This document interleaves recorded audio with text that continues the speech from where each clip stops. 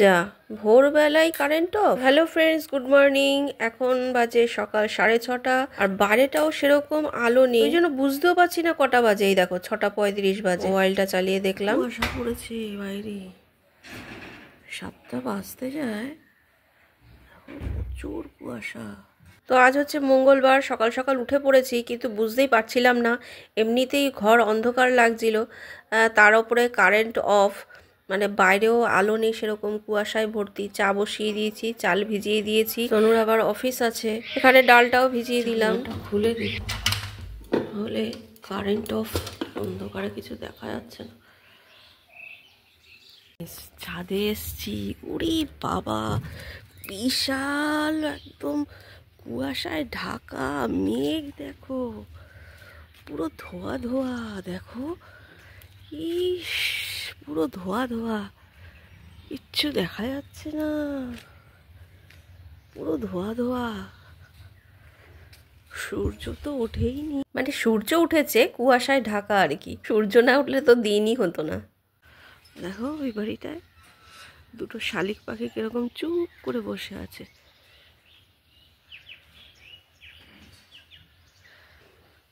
পুরো ধোয়া ধোয়া, দেখতে পাচ্ছ?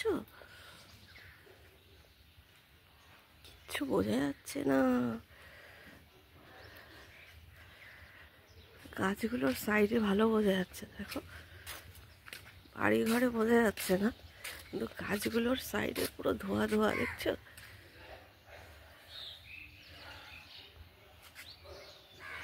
মনে হচ্ছে যখন রোদটা উঠবে আলো ঠান্ডা লাগবে। চলে আসলাম, চাটা ঠান্ডা হয়ে যাবে, চাটা খেয়ে নিই। এদিকে দেখো ফ্রিজ থেকে আমি সবজির ট্রেটাও বার করে নিয়েছি, অনেক রকম সবজি রয়েছে। তো দেখো কি কি রান্না করলাম আজকে। ভাত, লাল শাক ভাজা, বেগুন ভাজা, এখানে ডিম পোচ করেছি সোনুর জন্য একটা, আর এখানে করেছি ফুলকপি কড়াইশুঁটি দিয়ে মুসুরির ডাল। ফ্রিজে ভোলা মাছ ছিল, ওটাও আমি বার করে নিয়েছি। আর কাল রাতে ডিম কষা করেছিলাম আলু দিয়ে, একটু বেশি করেই করেছিলাম, এটা কিন্তু কাল রাতে করেছিলাম। এই যে রাতে খেয়েছি, আর 3টে ডিম রেখে দিয়েছিলাম আজকের জন্য। এই যে রাতে দেখো রুটি করেছি, আর সোনুর জন্য গরম ভাত করেছিলাম, এটা কিন্তু কালকে রাতে করেছিলাম। তো আলু দিয়ে ডিমের ডালনাটা বার করে নিয়েছি, ওটাই গরম করে নিলাম।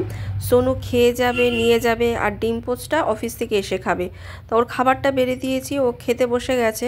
তো সকালবেলা আমি অন্ধকার ছিল বলে আর গেট খোলা হয়নি, কারণ মেন ডোরটা দিয়ে রেখেছিলাম, হাওয়া আসছিল খুব। তো খেতে খেতে আমি এদিকে গেটটা খুলে সিঁড়িটা ধুয়ে দেবো। আর আজকে তো কারেন্ট অফ, পাম্পও চালানো যাবে না, তাই বাথরুম থেকে আমি জল নিয়ে নিলাম, নিয়ে আমি সিঁড়িটা ধুয়ে দেবো। আজকে বাইরে যেরকম কুয়াশা, আর ঘরেও কারেন্ট অফ, অন্ধকার, কিছুই দেখা যাচ্ছে না।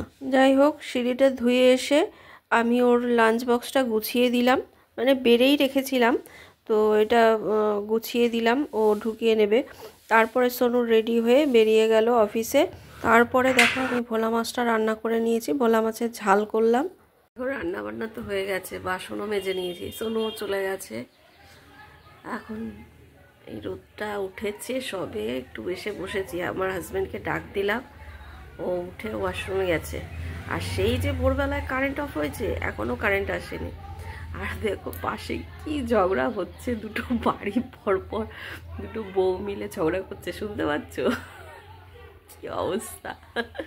শান এখনো ঘুমোচ্ছে, আর আমার শাশুড়ি মা সবে উঠলেন, এখন 9টা বাজে।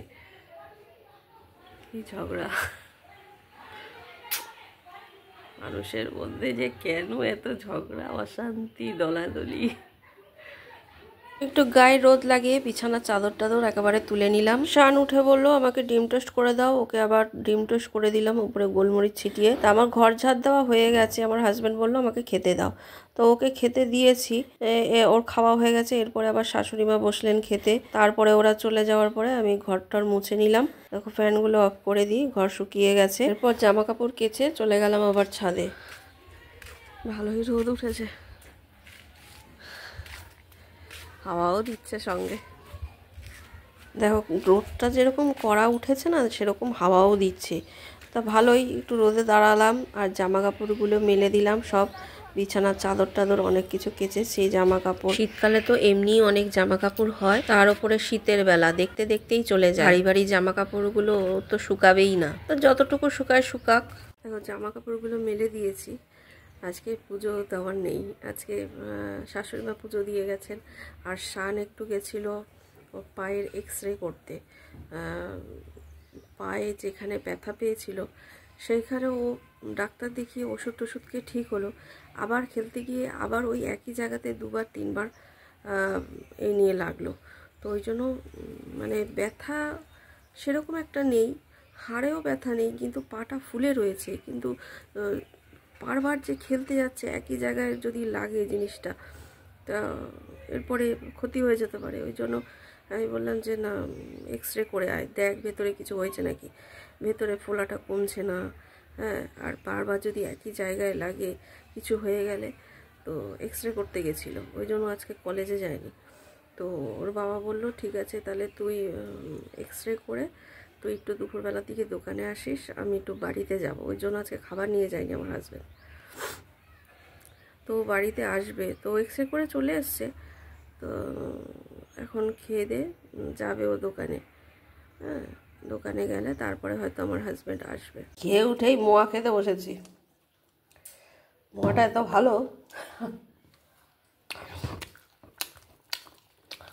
বাসন মেজে নিয়েছি। তো দেখো বিকালবেলা কিছু জামা কাপড় শুকিয়েছে, ওগুলো ভাঁজ করে নিলাম। আর ভারী জামা কাপড়গুলো সিঁড়ির ঘরে মেলে দিয়ে এসছি। সব সবজি বার করে নিয়ে এসছি।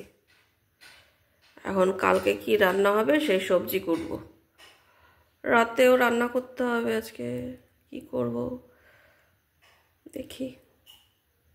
শুটকি মাছ করব পুঁই মিটুলি দিয়ে, সেদিন করেছিলাম মাছের মাথা দিয়ে।